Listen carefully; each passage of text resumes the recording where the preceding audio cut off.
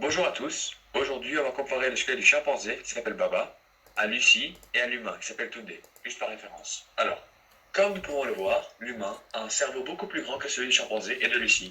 Ensuite, nous pouvons voir que l'être humain a une face beaucoup plus plate que ses ancêtres.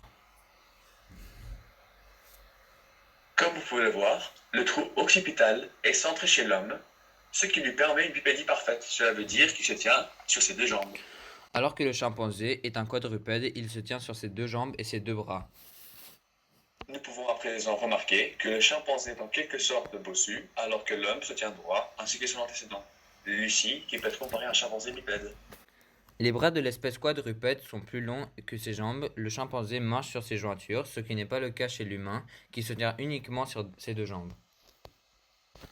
Comme vous le voyez, lorsque le chimpanzé se redresse, il a quand même légèrement du mal à se tenir sur ses deux jambes. Son déplacement est plus efficace lorsqu'il est quadruple.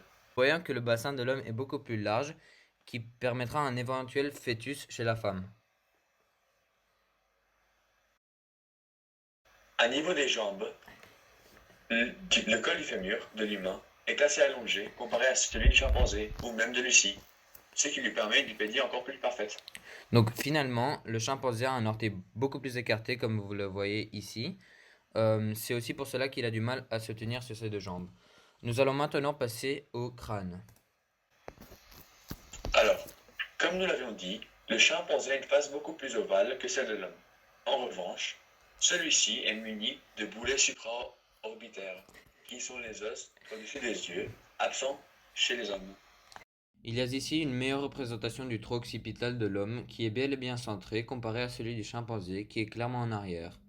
Donc le placement du tronc occipital du chimpanzé lui permet une bipédie moins bonne, il est donc quadrupède. Enfin, l'homme a une mâchoire en forme de V, ce qui n'est clairement pas le cas chez le chimpanzé. Merci à vous et Babatunde sera avec vous. Merci à Babatunde et Babatunde, oui, exactement.